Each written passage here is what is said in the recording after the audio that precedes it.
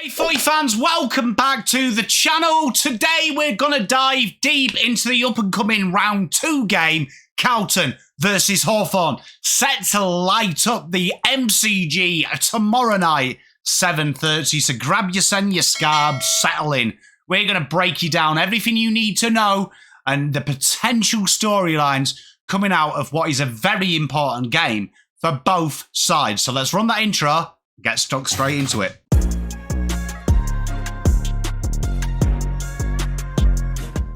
So the season so far, the Blues entered 2025 with massive hopes and they've already faced a challenging start. Their first game against the Tigers littered with skill errors, littered with composure errors, and ultimately looking like a little bit of a limp rag through much of the game in a very disappointing loss, 82-69, to the Richmond Tigers, who showcased how you beat Carlton. Pressure around the ball, make them ask questions, make it difficult, and ultimately they came unstuck. Despite the defeat, Voss has been quite positive with this, and they did dominate clearances and inside 50s, which I think does scare you that the Blues did that so well, being one of the only sides to win them counts by so much and lose. Voss has been adamant about sticking to the game plan, staying together, being cohesive. They have got some good news. Charlie Curnow will return in this game.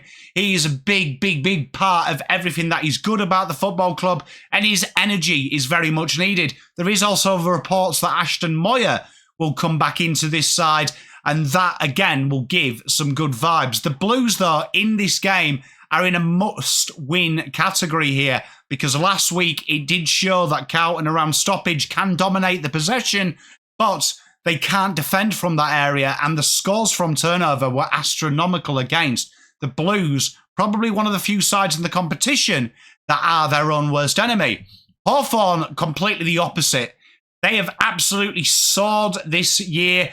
People were billing them as the Premier's elect. People also, like myself, were wondering how they would cope with that expectation, and they've kicked off pretty well. They had a hard-fought win versus the Sydney Swans. At the SCG, they showed resilience, and they also showed incredible tactical prowess in that game, but incredible execution. They had a very good win against Essendon, which was quite impressive given the fact that Sam Mitchell wasn't happy. He said that they needed to work around stoppage play. They really needed to make sure their metrics were right. They can't keep going into Gear 5 early in the season. Essendon did showcase that around stoppage and clearance, if you can make it contested and slow them down, that sometimes you can create them avenues. So Hawks aren't perfect, but they have got the form and they are playing on fumes. A staggering 8 goals coming from their small forwards, an area that Carlton often struggle with. Their ability to spread the load through many players is going to be a fascinating contest in here. And this is probably Hawthorn's big chance in a big game in front of the world, really to really showcase this and go 3-0 and have an incredible start. History suggests that Hawks have the upper hand in this, winning 42 of their last 73 since 1980. Their most recent encounter saw Hawthorn dominate Carlton, 74 points, in what was a game that was a massive showcase of spread, the ability to win the ball quickly and get it out wide, causing Carlton's issues at the breakdown of the contest. This is going to be something that Carlton, in playing Hawthorn, even when they beat them a year back from then, showcase that Hawthorn can score in clusters and can world Carlton out. These are a better side, I think, since that 74-point victory in the terms of their ability down back as well, really showcasing a defensive half spread. This is going to be a real fascinating context here for Carlton, because history shows that recently Hawks have had the wood, but the Blues have got to come out strong and they've got to buck the trend quick smart. Hawks will be confident, but the Blues really are playing now on fumes and they've got to do something. This is going to be a fascinating game to watch. Players to watch, Patrick Cripps, we talk about him all the time. And again, last week, he really showcased his ability to extract the ball and win a lot of ball in the hard situations. The issue is, again, it almost feels like the same story with Patrick. He's winning the ball. No one's there to get the ball off him, though, and ultimately, he's doing everything he can. This is a big physical presence for the Blues, because when you look at what Essendon did to Hawks in stages where they got the jump, Hawks were getting really bogged down in this contest. They were struggling with that extraction. This is where Patrick Cripps is the best in the league at it. this is where he's got to be able to get these boys up to his level and drive it. And the other one is Charlie Curnow for the Blues, two-time Coleman medalist set to return. We don't know what level of fitness he is. We've just got to presume he is quick, sharp. His ability to lead the line, his ability to work high up the ground, and games like that Gold Coast game in 2023 where the Blues are down and he can do that is much needed. Harry last week really did fail in this operation. Charlie coming in is a renewed energy. Can he hit the ground running? Carlton will need to do that. While Harry and Charlie are playing, especially with Charlie, with his ability just to kick goals when he needs to, that could be the energy, the fire starter the Blues need. A lot is going to be relied on him because he's against a very strong backline. Josh Battle and Tom Barras both been in sensational form early doors for the Hawthorn. They've got to be able to handle that. This is a better backline than they've ever faced against Hawthorn. And Charlie, a lot will be expected of him. Hawthorn, Dylan Moore. His relentless running, his ability to link two ways and kick goals and finishing off his work. He has a knack for finding space and causing havoc in defensive zones. The forward 50 is very precise from Hawthorn, and he's a big part of being always the outlet. The Blues are going to have to monitor this guy closely because he can really take the game. And it's not so much the goals he kicks, it's his ability to find the ball and then get it into even more dangerous zones. Dylan Moore is a very, very dangerous customer and one that people often overlook. The other one is the legend that is James Sicily. Been a defensive linchpin this year. His intercept marking, now he's got two reliable players with him, has been absolutely sensational. He's really looking to have a career best year. His transition from defensive half is instrumental, but also when they are struggling in the forward half, his ability to go forward and cause havoc is another issue. The Blues often, last week, they struggled with that extra in that forward 50. Tom Lynch taking them out to the goal square. Maribor Chol can do that job more than capable. Create space behind as one defender is there. And James Sicily has often been brought in to worry about that. Let's look at the data as we talk about the 5 things to watch. The first battle we're looking at is the stoppage battle, comprising of, them centre bounces, the boundary throws, ball-ins. These are really the unforgotten stats. While we look at the transition game, this is a really key battleground. And what has really been a big transitional shift from the 80s to now is teams win from here and then get the ball out from here very quickly, creating that offensive thrust. And Hawthorn have really excelled in this domain, being the second in scores dominated over the past 5 games. Their proficiency underscores that midfield ability, but not only to win clearances, to present scoreboard pressure themselves from there and scoring opportunities. The Blues traditionally do score well from this, but they do play a very defensive setup. And in the modern day game, we have found Carlton have deployed 3 defensive-sided midfielders. Shearer, Kennedy, Hewitt were them people last year. With Cripps, now they've kind of just reinvented that with Cripps, Hewitt and Cooper Lord assisting Patrick Cripps with Shearer. And this has really allowed teams to come on to Carlton and play attack on their goal side. Hawthorn have really demonstrated a knack from capitalising on these positions. The Sydney game, they were really strong with their clearances and really did highlight a dominated area in an area that Sydney particularly pride themselves on. This also creates turnover opportunities for the Blues. People forget it's not just their poor inside 50s that create them. It's also when the Blues go very handsy in this area and handball too much that it becomes a dump kick from these situations. While Carlton have clustered that defensive area around stoppage, it creates overlap run that you can kick over the top of them. And Hawthorn are an incredible facet of their game is their ability to kick through you. They're almost identical to Sam Mitchell's ability. This vulnerability really does showcase in the Richmond game, where despite Carlton dominating the clearance, they presented so much turnover opportunity out the back for a dump kick. They were never able to translate this dominance into it, and that has been a tale of the last 12 games for the Blues. We have seen them category get worse. Their clearancing numbers have remained the same. Their scores from turnover, particularly from stoppage and clearance, have gone up. Carlton need to be offensive here, and it's really showcasing an area of when Carlton have led these stoppage scores in quite a few games they've lost, they quickly resort back to kicking long as teams commit numbers and an extra around the ball. The Blues have got to make sure that they stay attacking from this area. It plays into Cripps' strength, plays into Walsh and Cherry's strength as well. They can't just win the ball. They've got to make sure that they use that ball with purpose as opposed to just plummeting the numbers. And if they don't, Hawthorn will see some opportunities, particularly out the back of Stoppage, that they can capitalise on.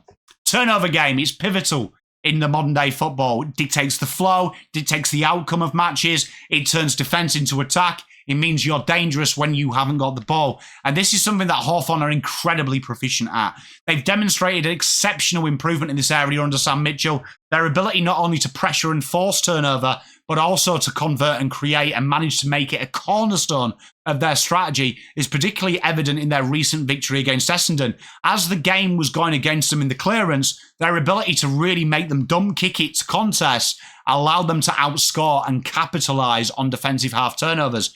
Carlton, conversely, have struggled in this area recently, both committing them in times and failing in opposition errors, and many of them unforced. Blues conceded 12 of their last 14 from turnovers through poor ball use, and sometimes 6 of them goals weren't even unpressured. They were just unforced errors. For Carlton, they need to address this area and look at the first quarter against Richmond as maybe a mantra of running together, being short, taking the distance away and running with each other so there is many options. Ball handling skills under pressure really is a big cornerstone of Carlton's implosion at times.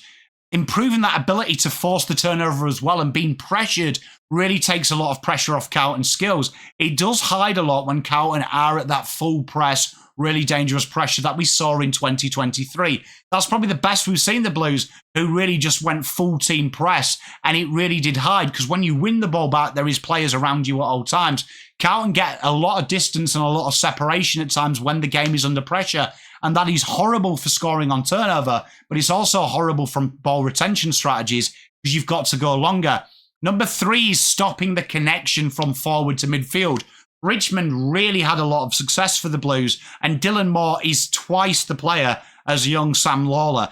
He has emerged as a pivotal player in the last couple of years under the Sam Mitchell system. His ability to get up to almost a deep midfielder, a high half-forward type player, relentless running, giving the give and goes and then getting back into the forward pocket really allows defences to be spread out. And you saw that quite a bit last week against Essendon. Players would follow him, which would then create an outnumber as midfields overlap Dylan's run and lead to really cluster the forward 50 with 9-5 at some stages.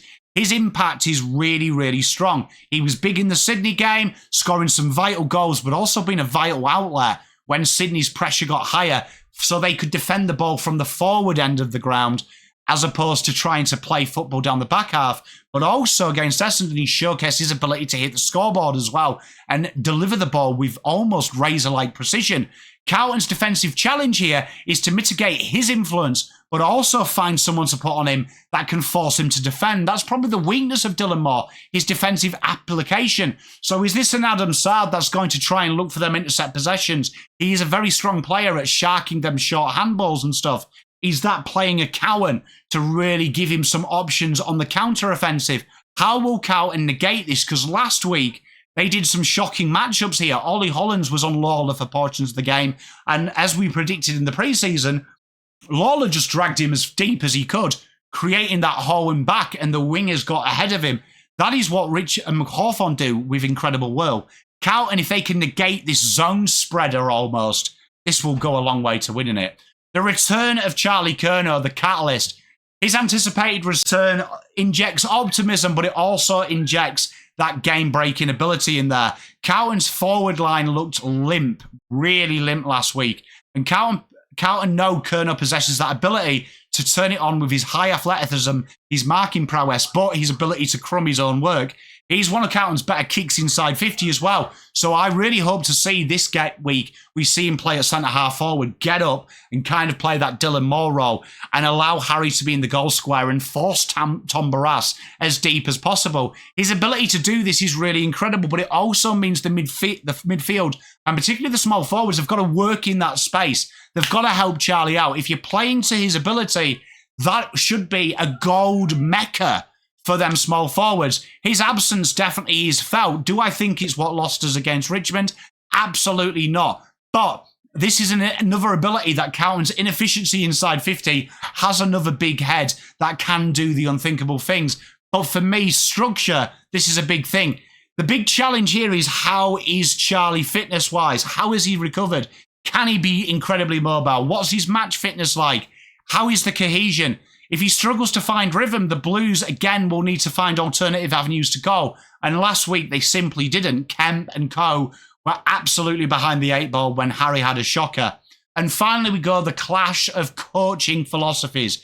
We've got modern-day flair versus traditional old-school grit. The strategic battle between Sam Mitchell and Michael Voss often is a compelling subplot in these encounters. Mitchell emphasises dynamic short kicking, fast handball, overlap run, creating overlaps and exploiting space, and attacking the space is a key mantra. In contrast, Voss advocates for that traditional contested style of play, big physicality, make sure there's pressure, winning the tough ball, very similar to how he played. Mitchell's strategy involves quick movement. In a game now, in an era where you can't play man-on-man defence, it has to be zonal, precision kicking, numerical advantage of players around the ball, running with ball carriers, trusting the guy to beat his man. This approach causes disruption in opposition defences, creates overload in the midfield, and generates scoring opportunities at will. Combine that with skillful ball use and tactical awareness, you have got a recipe for a flag. Voss, on the other hand, is rooted in that strong contested game, emphasising physicality, pressure, and also a patient-like build-up. The problem with this is it relies on a lot of game tempo, territory battle, dominating in the hot zones, and also high maintenance. It's a very heavy system that, when you mirror that with Carlton's poor ball use at times, when there's no pressure, it is a sitting duck for the modern-day zipline type football. This is an area where the Blues, ironically, it's a basic game plan. Pressure, intensity. These are the simple ones. This is where, when the Blues are off, they don't have a plan B. The contrasting styles makes it a tactical battle. Hawthorn's ability to execute at fast-paced ball movement, skillful game plan, test Carlton's midfield and defensive structures. Conversely, Carlton's heavy pressure-reliant game takes away that ball run and carry option and makes it a high-risk strategy. This is a real tactical battle. It's almost like a boxing match of the big bruiser versus the light dancing flyweight. It's going to be a cracking tie. This round 2 clash has lots of subplots. It promises to be a thrilling encounter. On paper, there's no way Hawthorn can lose it, but Carlton are so unpredictable, they're also unpredictable to tip. The outcome of this will be key. It's definitely the principles of game style. The Blues have got to be up for it.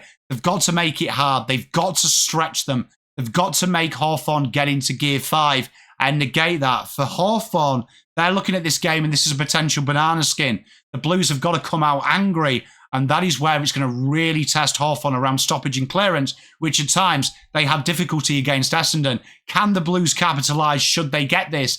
That is the big question mark. This will be a captivating contest because if the Blues go 0-2, the writing may be on the wall. Conversely, if Hawthorn go 3-0, we're talking deep September. Let me know what you think about this tie. We'll be live for this one. Can't wait to discuss it all with you. Peace, love, and light. Make sure you hit the like and subscribe. Pom out.